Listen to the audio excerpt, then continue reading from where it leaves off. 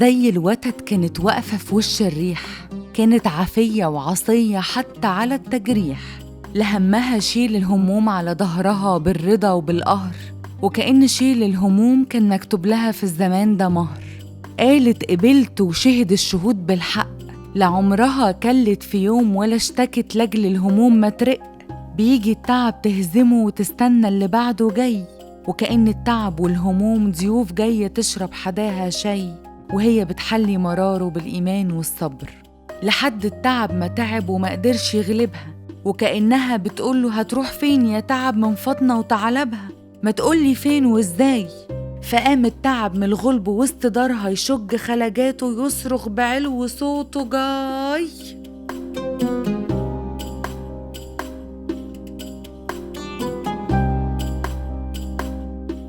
احنا لما نتكلم عن الوتد ده احنا بنتكلم عن مرحلة مهمة جدا في تاريخ مصر وتاريخ الدراما المصرية، مش عشان احنا اللي عملناه والله، ولكن الواقع بيقول كده. المسلسل ده بقاله سنين لغاية وقتنا هذا، الناس لما بتتفرج عليه بتحس انها بتشوف الأول مرة، وبتحس انه العمل ده مسيسها قوي ومتفاعلين معاه قوي بكل تفاصيله.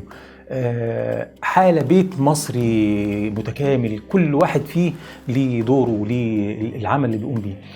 لما اتكلم عن ذكرياتي مع الوتد ما اقدرش انسى ابدا هدى سلطان وجمالها، يوسف شعبان وجماله، البنات بقى الكتار اللي كانوا معانا بقى، يعني فادي عبد الغني وهالة فاخر وحنان ترك، يعني مجموعه شفت معاها اجمل ايام. على فكره احنا المسلسل ده اغلبه صورناه في الفيوم.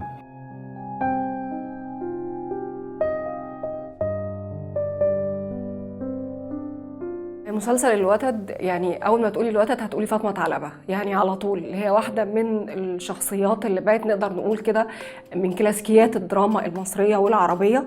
شخصيه شديده التميز جدا، يعني يمكن كمان الروايه اللي كتبها خيري شلبي واحده من اهم روايات اللي الفها الكاتب الكبير خيري شلبي، لان هو فيها كان بيغوص في اعماق الريف المصري بس من خلال شخصيه الست، ودي حاجه نادره جدا، لان انت دايما عارفه كده ايه، في مفاهيم تبقى سائده يقولوا ان القواد او السياده للرجل، ولكن فاطمه ثعلبه كانت النموذج المغاير تماما.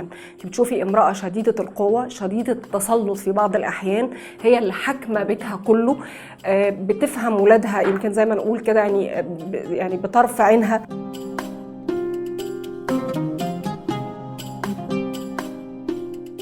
الوتد يمر الزمن وتمر السنين والوتد يفضل كما هو كأنه معمول النهاردة. الحلقة الأخيرة دي حلقة من الحلقات اللي أثرت في الناس بشكل غير عادي، ما في بيت ما بكاش فيها. احنا كممثلين كنا بنتفرج على المشهد والله بنبكي. شوف كم الصدق اللي كان في المشهد، شوفي الجو اللي عملته فادي عبد الغني وجمالها وأدائها التعبيري وإحساسها بالمشهد كله عامل ازاي. احنا قاعدين منتظرين ان الأم هي اللي ممكن يحصل لها حاجة، نفاجأ بان الأخ الأكبر، والأخ الأكبر ده كان هو البيت، لأن هو اللي كان لامم كل الإخوات دول، هو اللي يحصل له كده. فاطمة ثعلبة سيدة مصرية صعيدية قوية الشخصية جدا جدا، بتحتوي الأسرة اللي عايشة معاها، الأبناء وزوجات الأبناء، بتحاول جاهدة إن هي توسع دايرة الأملاك العيلة دي، تحافظ على الموجود منها، تكبره، تحوط على الأسرة دي بالكامل، تمنعها من الشتات أو تمنعها من التفرق.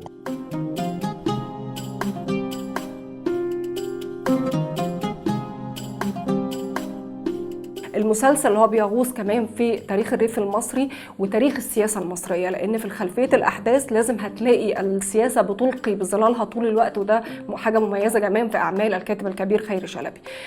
كل النجوم اللي كانوا متواجدين في هذا العمل أنا بشوف إن هم كانوا بيعزفوا كأنها سيمفونية الحقيقة في الأداء. فاطمة ثعلبة يعني هتفضل هدى سلطان بالنسبة لنا هي الأيقونة في يعني الحقيقة واحدة من الأيقونات للشخصيات اللي قدمتها هدى سلطان. وبعدين كمان ما بتعرفي إن هي شخصيه ليها مرجعيه في الحياه، يعني دي شخصيه حقيقيه، يعني انت كمان مش مختلقه، مش من خيال الروائي خيري شلبي، ده هو كمان كان بيربطهم، يعني هم الناس من عيلته، فشاف الشخصيه دي وعاصرها باولادها بدرويش بكل الشخصيات اللي كانت حوالين فاطمه ثعلبه. فخيري شلبي انا بشوف قدم عمل ملحمي اللي هو الوتد ده، هيفضل من اهم المسلسلات في تاريخ الدراما المصريه. الكاتب الروائي خيري شلبي صاحب الرواية الأصلية لمسلسل الوتد، وهو صاحب السيناريو والحوار لمسلسل الوتد بالتعاون مع المخرج أحمد النحاس. ميزة الأدب بشكل عام أو الرواية بشكل عام واللي بيخليها عالم غني قوي لما نيجي ناخد منها أعمال دراما، إنه القالب الأدبي الروائي بيحتمل أكتر من مستوى للتلقي، أو إحنا بنسميها كده، وهحاول أقرب يعني إيه ده للمشاهد. يعني إيه مستويات تلقي؟ يعني ما وراء الرمز أو ما بين السطور.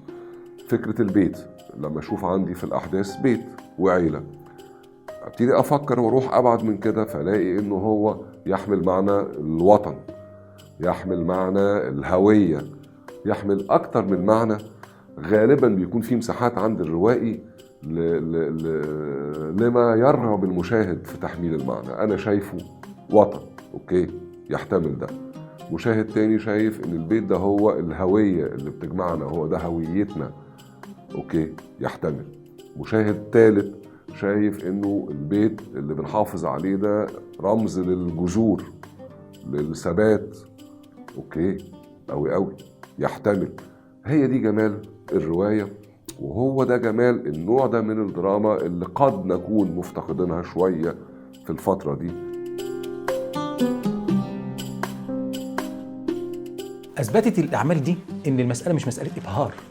المسلسل كان بسيط، كل البنات لابسه لبس عادي خالص واحنا لابسين جلاليب، ولكن السيناريو والحوار لما نبص على الورق كده ونشوف الكلام اللي مكتوب ونشوف الاستاذ العظيم خيري شلبي مؤلف القصه، الابداع اللي عمله، الحوار الجميل، لفة الولاد كلهم مع بعض كده حوالين الأم، الترابط الأسري، ده اللي كان المسلسل بينادي بيه.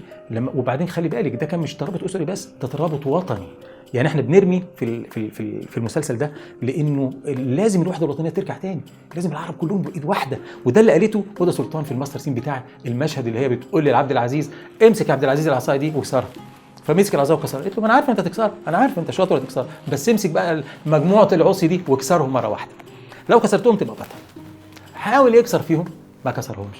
فراحت قايله له بقى الايه، الحوار الجميل. لو رجعنا بالذاكره ونفتكر وقت عرض مسلسل الوتد، قد ايه الناس كانت بتتلم حوالين المسلسل، بمعنى ان كان في فكره متعه المشاهده. اولا احنا دلوقتي لو قارنا ما بين اللي احنا في الدراما، انت ممكن ما بقاش عندنا فكره المتعه دي في المشاهده، ليها علاقه بالاعلانات، ليها علاقه بطبيعه حتى الاعمال المقدمه. ولكن لما يكون عندك عمل ماخوذ عن نص ادبي، ودي حاجه تانية مهمه جدا. ليه بقى تقعدي تسالي نفسك وتفكري؟ لان بقى في انفصال الدراما اللي بتصل والواقع عاده، لان احنا طول الوقت بقينا بنجري ما بين كل ما هو غربي. انت في موضه نجحت كده وطلعت، فكل المسلسلات هتلاقيها بقت متصنفه يا اكشن يا الحاره، يا حسب الموضه اللي ماشيه ايه وبتاكل مع الناس. اما ما يكون في مسلسل اصيل بيعبر عن مشاكل المجتمع المصري، بيرصد تاريخ المجتمع المصري، وده شيء مهم جدا. فالشخصيات دي بتبقى من لحم ودم، انت بتحسيها، فطبيعي جدا ان انت بتتفاعلي وتتماهي معاها. ده حصل في مسلسلات كتير جدا لكبار الكتاب في مصر، كبار المخرجين في مصر، الناس اللي كانت بتشتغل على دراما تعكس الواقع.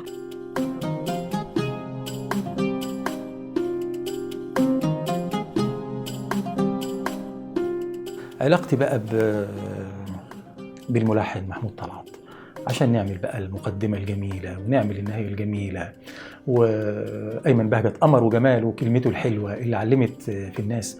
أذكر من الحاجات الجميلة اللي كانت بتسعدني جدا تعليقات الناس على المقدمة والنهاية.